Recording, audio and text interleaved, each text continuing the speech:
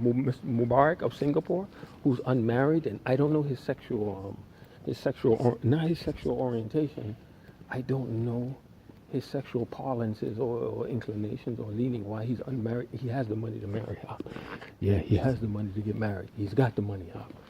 I don't know what he's into. No, I don't know what he's into. Even though he's a fellow Muslim, I don't know what he's into. And then the Ahmadiyya guy is always one central person that would be easy for an intelligence operation to keep tabs on you. It's only one person. The amount of people that I can interact fluidly with is very reduced. Yeah, it's very reduced, and it's very suspicious, man.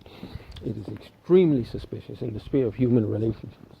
Very strange, man. Yeah, very, very strange. Very scary, actually. So this is where this electronic thing go. Even hardcore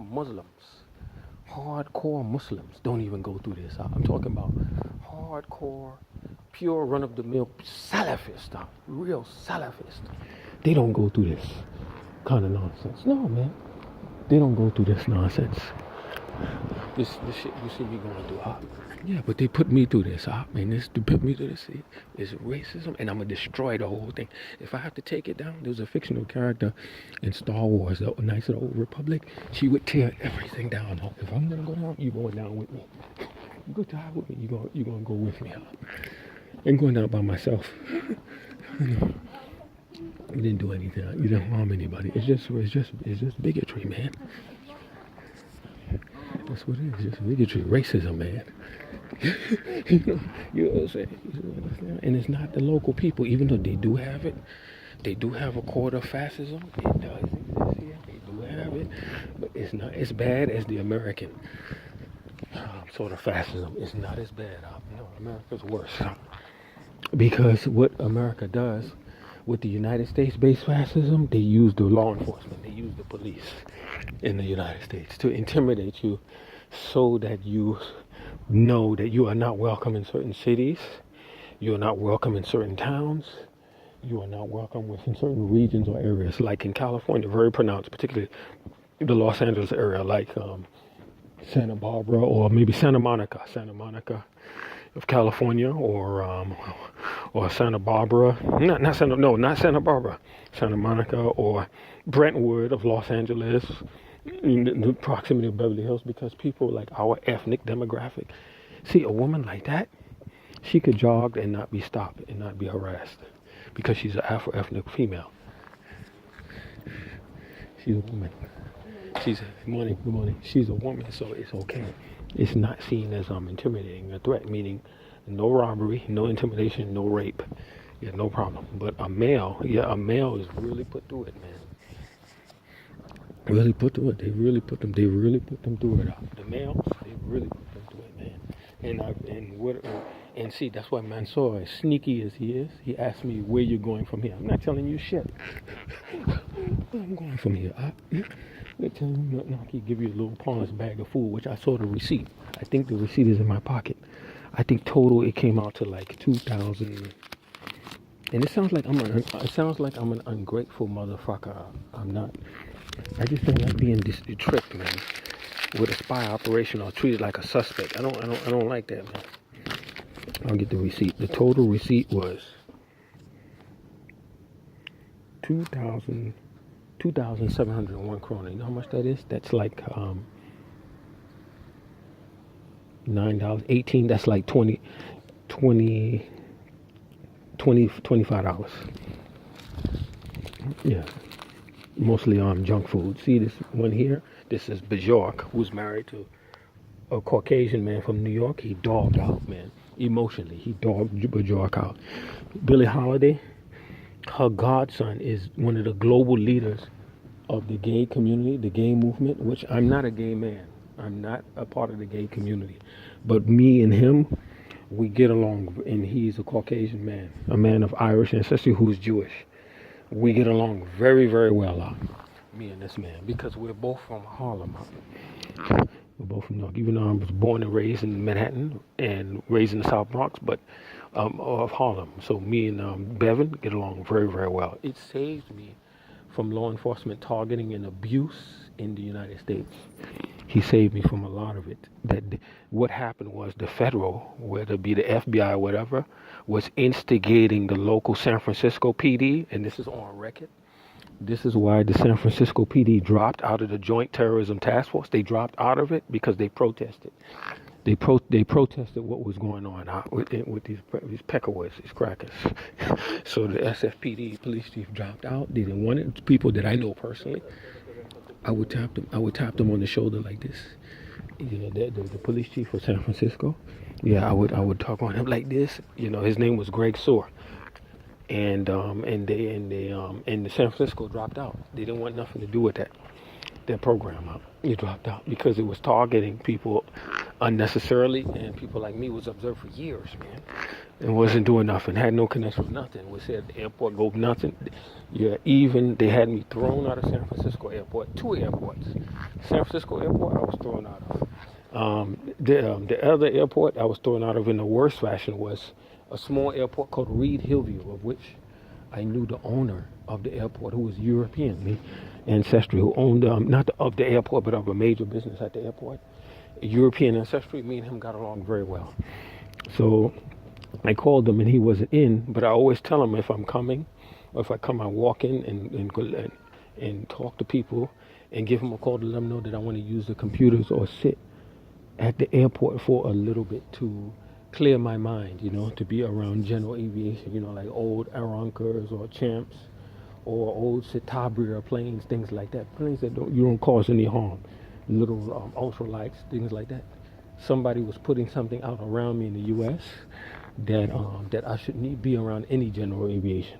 And I think it's that fact, which, God forgive me, I was getting ready to say vulgarity about him, man. This guy named Roger, who's actually, they say he's a convert Muslim, and he runs the CIA counterterrorism, along with this, you know, they call the Queen of Torture and all. Nasty people, man. Nasty people, man. Nasty people, man. Nasty, nasty, nasty, nasty, nasty, nasty. This is to do with the church. Nasty, nasty people, man. And I think it's somebody like that who is coordinating with other Muslims who may have sexually got involved with these people and corrupt, and they told them, go get this guy, man. This guy's a real problem. But they're going to see what her pain is, man. Yeah, very shortly, man. Yeah. And they ass out. This guy is a problem, man. See, I told them, leave me alone. Leave me alone. Leave me alone. Stay away from me, man. No, I'll leave you alone. I won't bother you. Yeah, they won't stop bothering me. They won't stop bothering me, man, because I don't want to be a slave to the United States structure. I don't want to be a slave to these people anymore. I don't like them. I don't like them anymore. I don't like them and I don't need them. I don't want them. Leave me alone, man. See, Russia doesn't do this to people. Russia. It doesn't, no. Russia would never do this kind of stuff. Russia, very, very, very professional. Russia, very. They don't do this kind of stuff, man.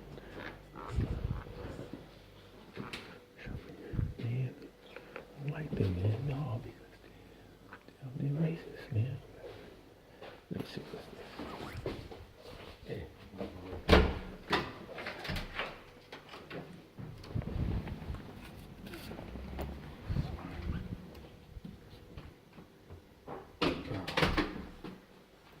You're like miserable.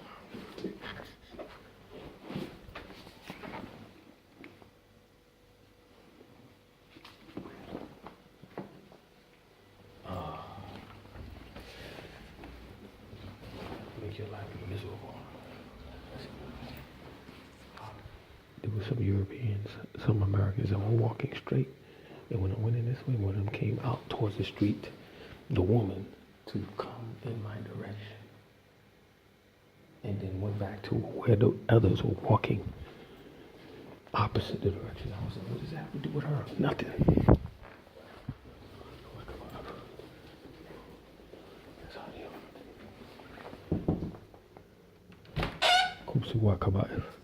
That's how these people are, man. All those Euro ethnic peoples, they are peoples that dig themselves. Like if they see something or people that are considered weaker or inferior and threatening, they'll go right into the face of the threat. to look at the threat. When they perceive you as a threat, they'll come right up to you and look at you. Yeah, people of European ancestry. Yeah, they'll do that. They'll come right at you. They'll look right at you. And sometimes lunge at you, or like a scout. Man, can come right to you and look at you. And confront you or observe you. Yeah, if you're considered threatening. But not their own tribe. See, because what I'm trying to say, a lot of blacks don't want to be going through this, man. They don't, man. Like the black woman just ran past me. She didn't say good morning or nothing, because if your vibration is negative and it doesn't show any financial success, or you don't really look good and settled and welcome and accepted, then they don't talk to you. But then if you're welcome and everything is going good for you, they want to say hello, good morning. Like it's just like a vibration, an unspoken vibration. Oh, good morning, how are you? And all that. You look like you're at the top of success. Everybody wants to talk to you. Fuck you, man. Yeah, fuck you. That's why I like President Trump. I like him. He says, fuck you, man. You don't like me the way I am? Whatever. Don't say nothing to me, man. We ain't got nothing to do with each other. Don't bullshit me, man. Yeah, I like a man like that, man. Yeah, I like him. I really like the man, man. Personally, as a man, because me and him have a lot of similar personality traits. But the thing is, he is a man of European ancestry, Germanic, Celtic. He can get away with it. I can't. Yeah, I can't. I'm punished at every turn up for the same type of behavior. I'm punished really, really brutally. But the worst part is, as far as the womanizing thing, I'm not that. And then the Muslims jumped in on it. The Muslims jumped in and helped out to abuse, to brutalize me. The Muslims are. That's the worst part about it, man. You know, they're all hypocrites, man. Munafics, man. You know, that's the worst part, man. And they think that they're having a good life, they're having sex, they're eating food, they're sleeping. They think that it is set in stone. It's always going to be like that for them. That's what they think. They got a surprise coming out. These people, like the Hadith, we have to believe the predicate of Hadith. We don't have to be a catalyst towards the apocalyptic or the predictive part. That's not your job. That's not our job as a Muslim, to be a catalyst towards the prediction part of taking back, snatching the Quds, snatching Aqsa, snatching all that. These are things that will happen in the future. We believe that will happen in the future, but not doing forcibly by bloodshed and slaughtering people behind a tree and all that. You know, that's not our job, man. That's none of your business. That's not your job. That is a prophecy that you really don't want to witness it. You don't want to see it. You don't want to see it. You don't want to witness something like that. The slaughter of them and everyone hiding behind them. We don't know what type of person in the future, how malfeasant the ones that will be left over to be behind a certain tree and slaughtered. You don't want to be involved. So what you want to do is just live a different life, a respectable life, a pure life. Even it says Islam came as something strange and it'll leave as something strange. That's all you want to do as a Muslim. If that strangeness, if the society doesn't want it, marry people that are a part of that strangeness, that are willing to be strange with you within Islam. That's it. That's it. And not to be a playboy. You see what I'm saying? Not to be a playboy. Yeah, just to be a marriage man in nikah. That's such a big deal. And that's why I want to mock and run it and humiliate the people that all these Muslim women that are in Europe, France, Germany, Belgium, all these places, you have nobody to nikah. Nobody wants to nikah. No, you have no access. You are isolated. You are completely isolated. No real nikah, man. And no chance. See, right now, getting settled for work is your chance to be able to marry. It doesn't even if it were the eugenicist, the eugenics thing that I am racially inferior. You don't deserve to have children. You don't deserve to have offspring. You don't deserve to have progeny, which is called posterity. At least let you marry an older Muslim woman of your own choice, an old woman, a woman older than 50 or even above 60. They won't even let you do that. That shows me the racism. That this is a racist, bigoted, evil, fascist operation. Yeah, it's not just counterterrorism or anti-Muslim. No, it's even worse. It's worse even than COINTEL, bro. Much worse. For many orders of magnitude worse. than the notorious COINTELPRO. This is many order of magnitudes worse. What I'm going through is far worse than that. You know, and what they could do is when you fall into illegality, they keep you afraid. They make you scared. You be scared of the police. You be scared of getting caught. Yeah, that's what they do. They hang that over your head, man. But the sad part is that certain people that claim to be Muslims helped out with that. Make you feel like a dirty beggar. Like when I dealt with Mansour, and I would talk to him, and I see his eyes. Something in his eyes was like looking at me, and I was feeling like like he knew things about me, and it's like this thought that you piece of you lying sack of shit, you know, you piece of scumbag, you piece of dirt. This is how this structure sees people like me, man. This is how it looks at you, like you're a lying sack of dirt, especially if you're Afro ethnic. But their ethnic groups, they don't get noticed. They don't pay attention to them. You to make an example out of you. You see, in that making an example out of you is it's not only is it unconstitutional, it is an aberration of the Magna Carta, Declaration of Independence amendments of the Confederation or of the Federation of the Order of the Constitution, the Articles of the Federation. Before the Constitution, the U.S. Constitution, among others, and human rights statutes, it is total abhorrent violation. It's not only unconstitutional; it's illegal.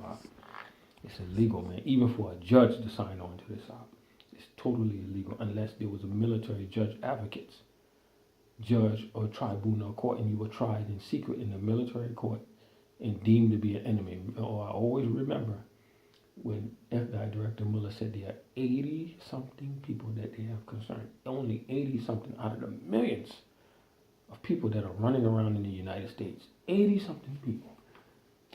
And he called them what? The suspects or potential. Yeah, 80-something. To be on that list is the worst of the worst. These are the worst, the most notorious or most notorious. The worst. Imagine somebody puts your name on that list, man. You're screwed, man. You fucked, man. That's why the minister in Singapore, he was crying when he was escorting me to the plane. He had tears in his eyes. He was crying, man. These people are evil, man.